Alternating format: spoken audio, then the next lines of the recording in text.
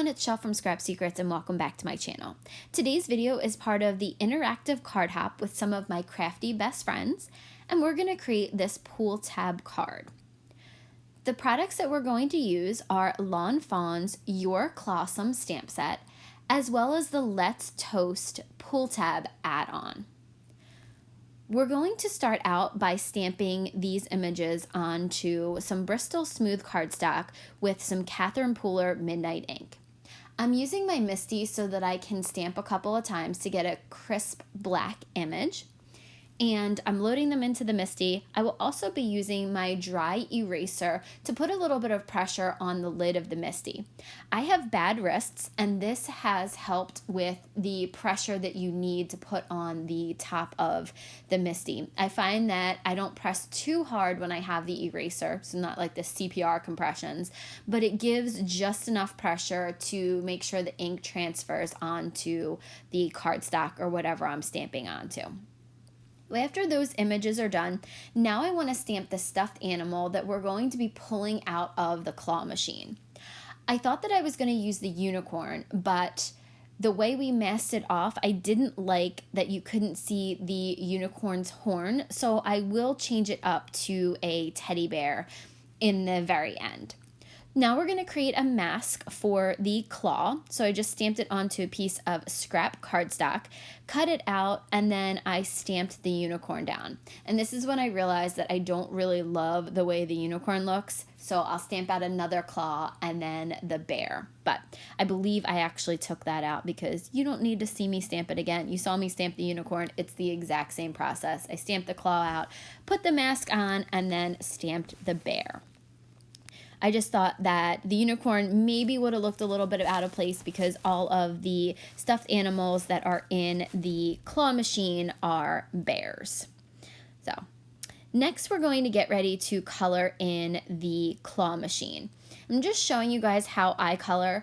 I'm not fantastic with Copics. I feel like I say that about everything, but I'm definitely not an expert. I'm just showing you how I color things.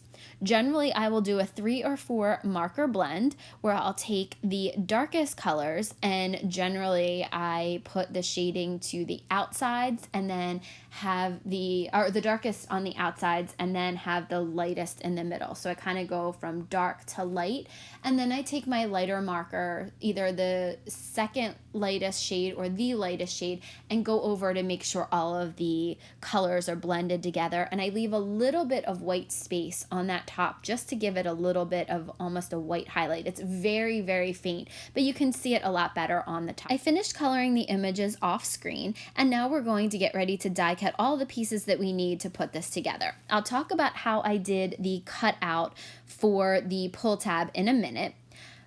I used my brother's Scan and Cut to cut out the claw image as well as the claw machine. And now you see I'm just going around the edges with a black marker to kind of give it a finishing look, and that way you can't see the white core of the paper. Once that's all done, we're going to start with the pull tab pieces. So you see here, I created the pull tab, and what you're going to do is the score marks that are closest to the long center piece, you're going to fold them in. Then the other pieces, the other score mark, you're going to actually fold it out because this is what your image is going to sit on. Because this die is meant for a toaster image, those pieces are actually bigger than the claw. So I actually trim it down here, but I will trim it down even more later because when I put it together, I realize you can still see a lot of the gray behind the bear, and I want it to be as seamless as possible. We're going to put this aside so that we can start working on the background.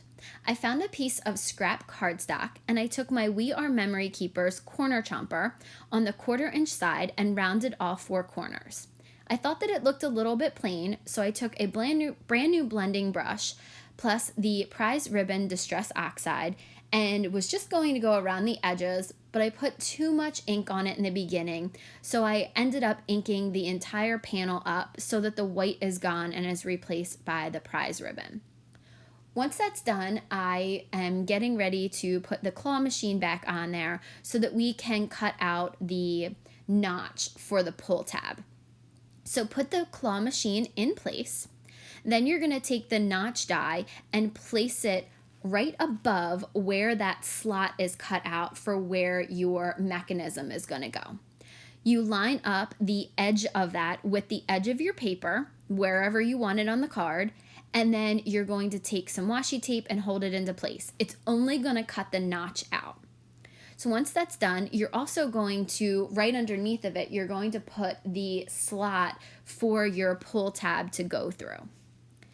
This piece that I'm showing you right here, the red piece of cardstock, is what is going to hold your pull tab piece in place and make it not go too far left or too far right. It's going to stabilize it.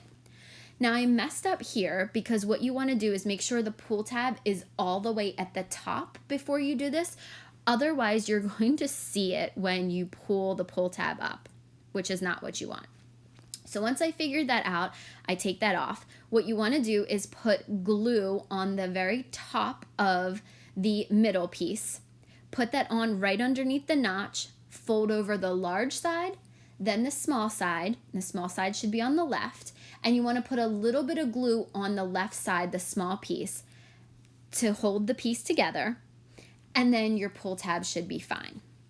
So I'm going to talk real quickly about how you are going to create the notch in the claw machine. There's a piece that cuts out the top of the toaster, but it was too wide for the machine. So what I did was I did a partial die cut right above that slot, and that's how I created that. You could use a craft knife to cut it out. If you need a straight line, you could use the other piece that is at right over top of where the image is, or you can use a craft knife to do that. So now you see I've attached it there, and now my claw piece moves up and down. But I thought I was missing something because it looks like it's just floating when it's down there. So I am going to use a ruler, or my version of a ruler. I couldn't find a ruler, so this is a corner,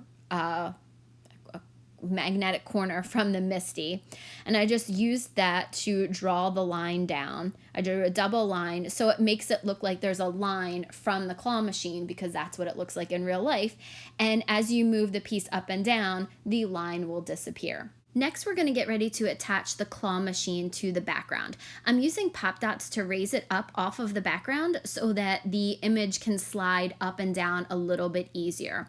I'm cutting the foam squares into smaller pieces just because I don't want anything to get caught on the image. So once all of these are in place, I'm going to thread the image back through the hole, and I'm going to test it out just to make sure that everything works smoothly and I don't have any foam tape in any places that I shouldn't and it blocks any of the images. Now I'm going to take the pattern piece of paper, so that whole entire background, and put it onto the card base using pop dots. Again, I think it makes it a little bit easier, and it makes it a little bit easier for the person to get their finger down onto the mechanism to slide it up and down when it's popped up off the card base. The card base is 4 1/4 by 5 1/2 inches, and once we finish taking off all of the backing for these pop dots, I'm going to place this background piece onto the card panel, make sure that the mechanism still works, and now we can move on to the final part of the card, which is stamping the sentiment. I chose the buildable sentiment from that same stamp set, Your Clawsome, set that says, "You're 1 in a million." I stamped it out in some white pigment ink, and the reason that I chose this is, 1, because the font is like a game font, and 2, if you noticed, I colored the bear that was chosen a purple, and all of the rest are brown. So again, it's that one that stands out, so you're 1 in a million. I hope that you guys have enjoyed this interactive card hop and this video. Thank you guys so much for watching, commenting, and subscribing. I'll see you again real soon for another video. Bye!